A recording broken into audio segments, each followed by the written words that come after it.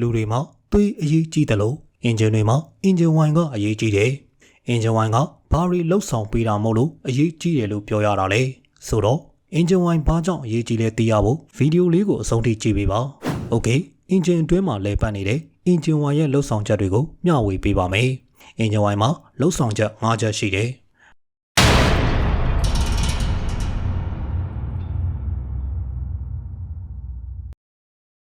နံပါတ်1အင်ဂျင်အတွင်းပွတ်တိုင်းမှုရှိတဲ့အစိတ်ပိုင်းတွေကိုချောမွေ့စေတာဖြစ်ပါတယ်။မိတ်ဆွေတို့နားလည်လွယ်စေဖို့ပွတ်တိုင်းမှုရှိတဲ့ရေပုံရအစိတ်ပိုင်းတွေကိုပါမျှဝေပေးလိုက်ပါတယ်။ piston ring valves camshaft bearing crankshaft bearing timing gear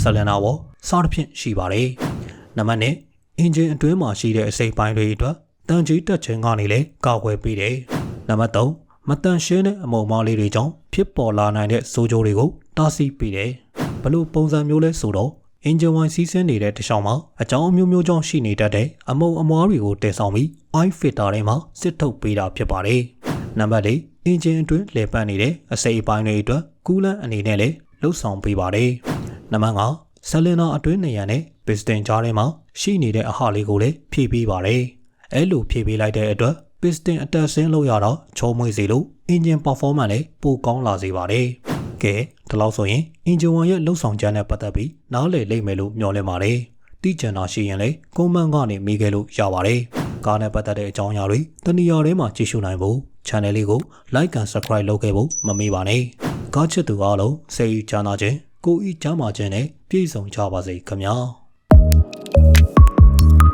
။